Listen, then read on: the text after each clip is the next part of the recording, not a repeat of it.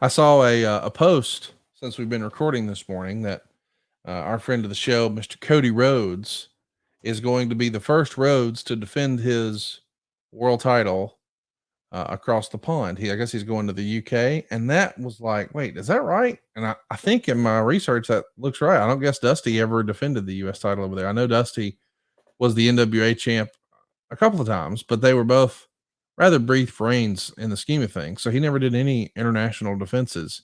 I don't know why, but that sort of struck me as odd because I assumed, I guess, is what I'm trying to say. Right.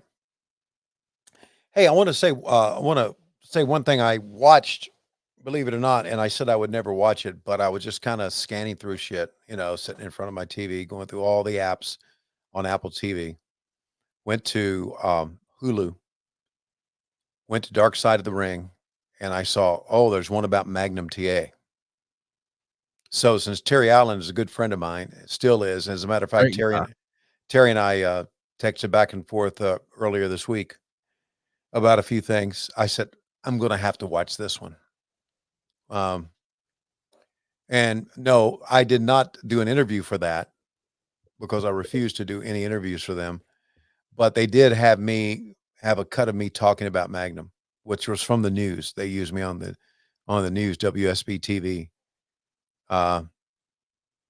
And that's not WSB TV. It's another one.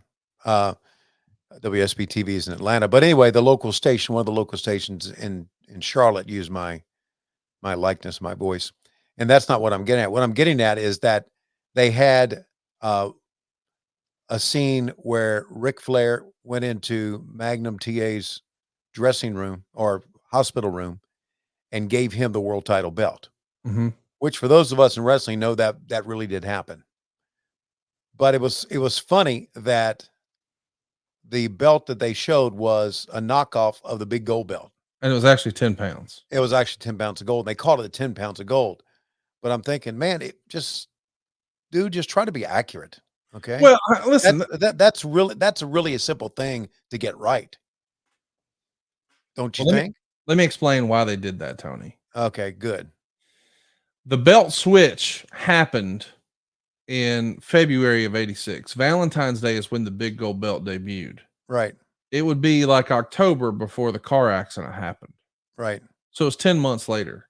So at that point, the big gold belt was still the belt that was making all the towns and yada, yada, yada. But Rick still had possession of the old 10 pounds of gold, the NWA world title. That's the thing that was sort of lost in all of this, at least in my worldview, is when he put up the deposit for the NWA, when he became the NWA champion, it was for the 10 pounds of gold. Now, the NWA did not buy the big gold belt. They didn't order it. They didn't design it. Jim Crockett Promotions did. So Crockett paid for the big gold belt.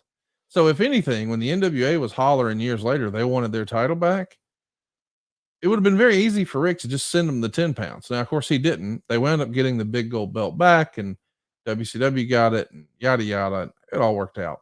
Right. But I think he just took the 10 pounds there because he knew he still needed the big gold belt to make towns. But timeline wise, if you're telling the story, because if you're just hearing Rick say the story, oh, I took the belt in there and I left it with him and said, I was supposed to drop this to you. And that is the way he tells the story. If you know the accident happened in October, it would be logical for you to think, oh, it was the big gold belt. But it was actually the 10 pounds, which he just had at the house. But that wasn't the belt being used at the time. Yeah, but that still wasn't accurate. So I get it. But what I'm saying is how many people, it's a recreation on cable. How many people were in the room when he left the belt with him? I don't know. I mean, I don't know either. I know Magnum was there. I know Rick was there. I know my wife Megan was there. Okay. But that's it. I don't know who else was in there. So I don't know how many people would have known that or whatever. But I'm with you. There have been a few little things that you could nitpick, but I just didn't think it was that big of a deal. All right, we're seeing superplex. What do you think about a superplex? Scotty Too Hottie just stole the light heavyweight title there, or steals a win from Dean Malenko. You like the breakdancing? I do, man. I saw the worm too as we were talking. I like the worm. And here we go again. It feels great when you wait. Oh, Which, by the way, is a new shirt available at lowestrules.com. It feels great when you wait. And now Big Show's saying, condoms, come get your condoms. Just passing out condoms. wow. Can you imagine the size that he would need for a condom? I need to ask him that next time I see him. It would have to be a large condom. It would have to be a Trojan 5XL or something like that, wouldn't it? Would you call it a roll of bologna? Oh, that was Elegante. Yeah, Elegante had a roll of bologna. No, Andre the Giant. I thought it was Elegante. No, it was, we were at a show in Greensboro, and my friend Jimmy said, "Can you imagine the size of the penis?"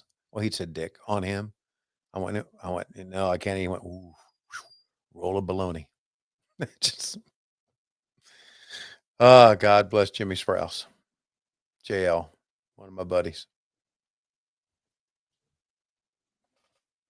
Big show.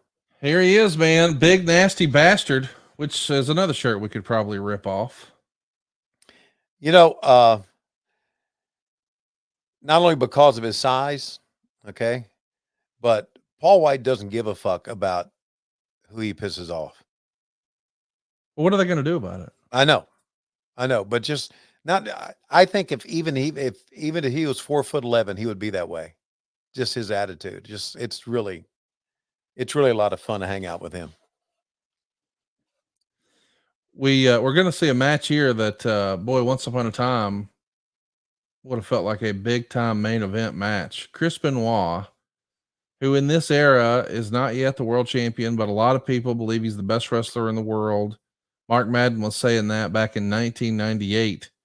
And he's wrestling Big Show here, who is a former WCW World Heavyweight Champion. And at this point, believe it or not, so is Benoit. Benoit held it for one day before they said, oh, well, Sid's foot was under the rope and Sid's still the champ or whatever. And that's, of course, when Benoit left and came over here. But they're still relatively new in their WWF run, both of these guys. You know, Big Show started in February the prior year. And, of course, just earlier this same year for Benoit. It's quite a tale the way some of these guys ran into a glass ceiling in WCW and then enjoyed more success here. But I just kind of assumed when he was enjoying so much success in WCW that Benoit was going to be a lifer there. Well, again, it goes back to this: guys get upset about their creative, Yeah. and some guys react differently than others. And some guys go, "That's it, I'm out of here." And you just have to, and that's one of the challenges of my job. You have to continue to, I don't want to say babysit these kids, but you have to continue to communicate to them as best you can about, you're still a valuable part of this company. We still love you. And all this shit, if I could explain to these young wrestlers, this shit runs in cycles. It does. You get a push and then you drop off, and then you get a push and then you drop off, and then you come up with an idea, you get a push. Not everybody's going to stay on top, and there's not enough slots to put everybody on TV every week. And I'm not trying to defend anything that creative does, but that's one of the challenges of my job is to, try to explain that to them. I hate when a talent does not want to do something because they feel it's going to hurt their career.